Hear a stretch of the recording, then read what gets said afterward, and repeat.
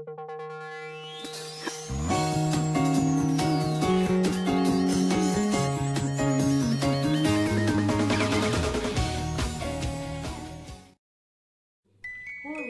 crianças, tudo bem com vocês? Passaram bem? Têm meditado na palavra? Têm aprendido mesmo? Eu espero que sim. Lembra da semana passada que nós falamos sobre o pecado, aquilo que nos afasta de Deus? Mas também Deus, ele não quer que nós vivamos no pecado. Por isso ele teve um plano maravilhoso para nos salvar, para nos libertar de todo esse mal. Vocês sabem qual é o plano? Jesus, isso mesmo. Jesus veio para nos salvar, para nos libertar de todo o mal, de todo o pecado, para que um dia nós possamos ir com o Senhor até o céu. Mas para isso nós precisamos crer, nós precisamos estar perto do Senhor, confessar, dizer que nós acreditamos nele, que a nossa fé está nele.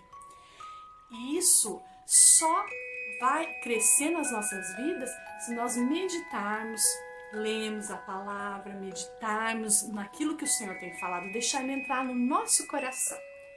E lembra do desafio da semana passada, que era o texto de Romanos 3:23? Hoje nós temos um outro versículo para memorizarmos. Você quer aprender?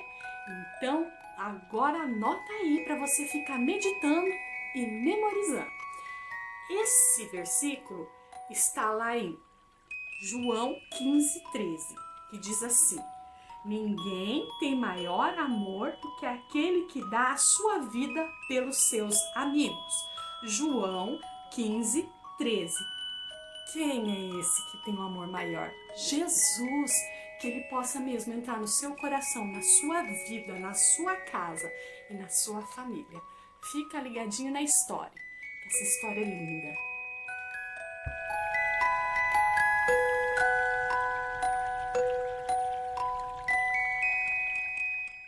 Jesus foi colocado diante do governador, que perguntou: você é o rei dos judeus? Jesus disse: se você diz.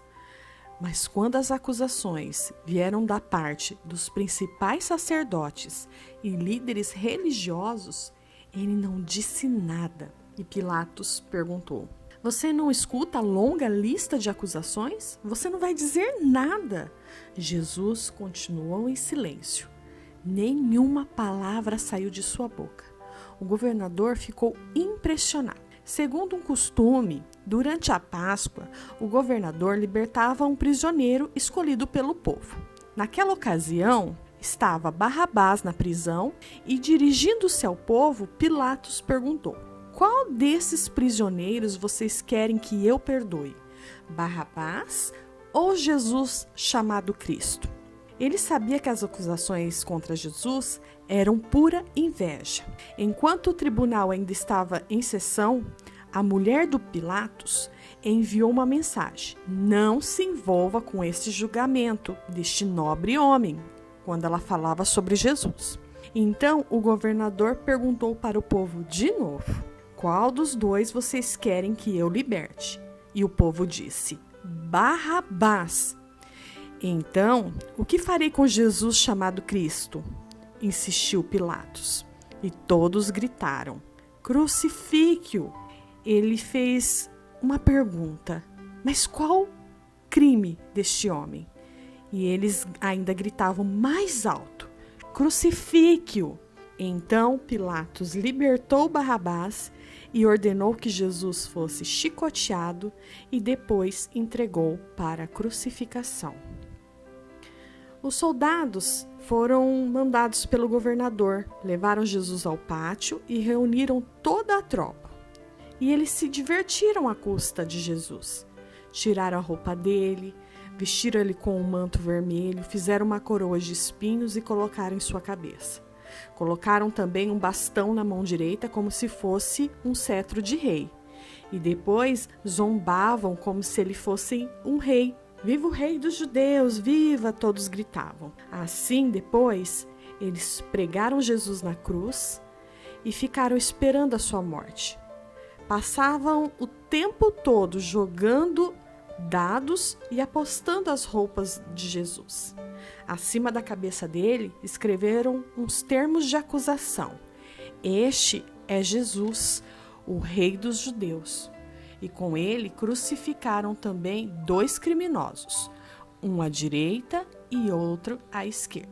E se passaram horas Jesus ali sendo crucificado.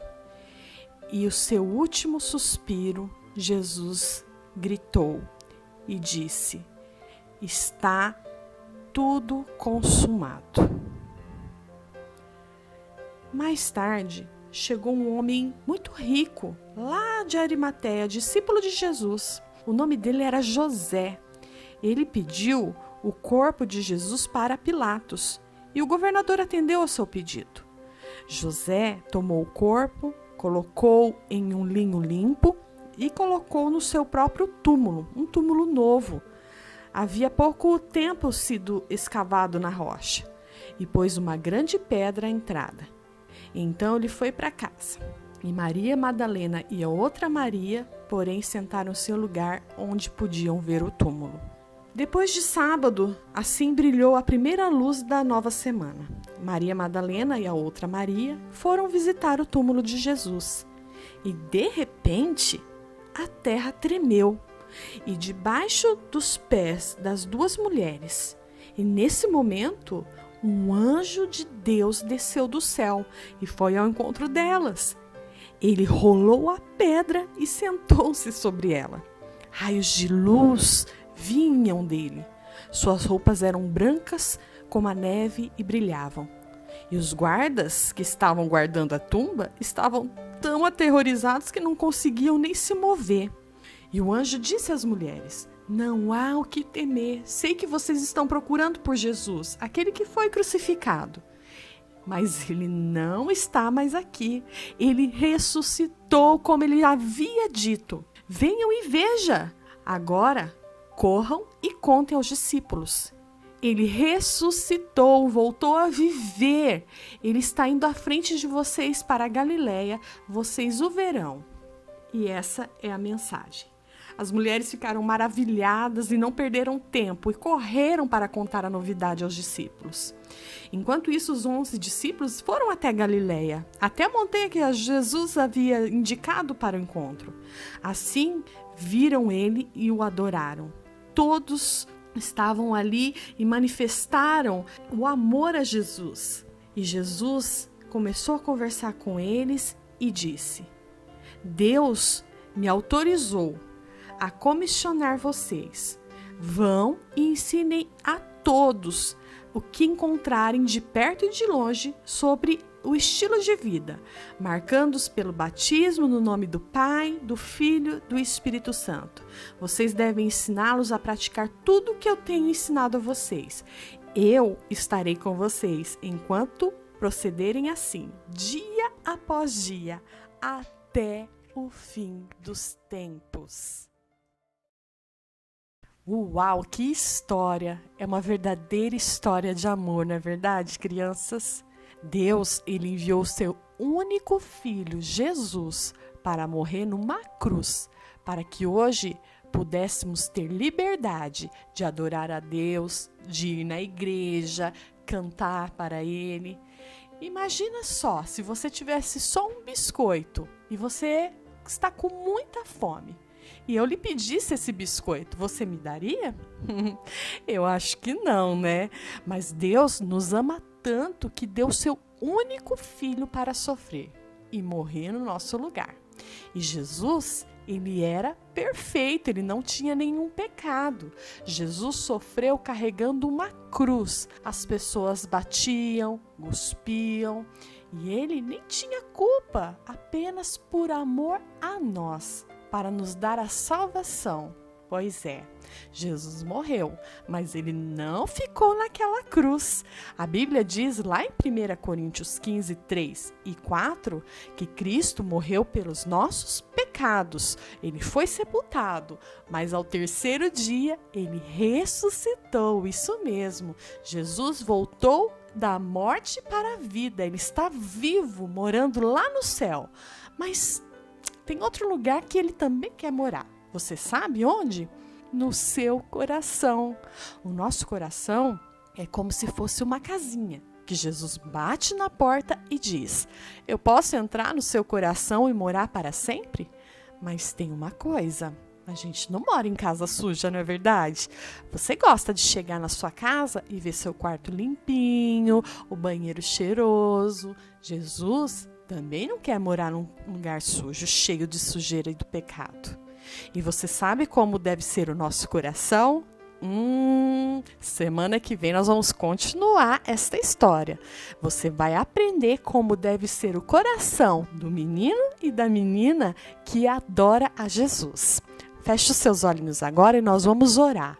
Aonde você estiver agora, ore assim comigo. Senhor Jesus, muito obrigado pelo seu sacrifício ali naquela cruz. O Senhor me salvou, o Senhor me perdoou e eu quero, Senhor, a cada dia poder andar contigo, poder adorar ao teu nome. Obrigado, Senhor, por teu amor, pela minha vida. Em nome de Jesus que eu oro. Amém. Crianças, semana que vem nós voltaremos com a sequência dessa história, para sabermos como deve ser o nosso coração. Fiquem esperando. Até mais. Tchau.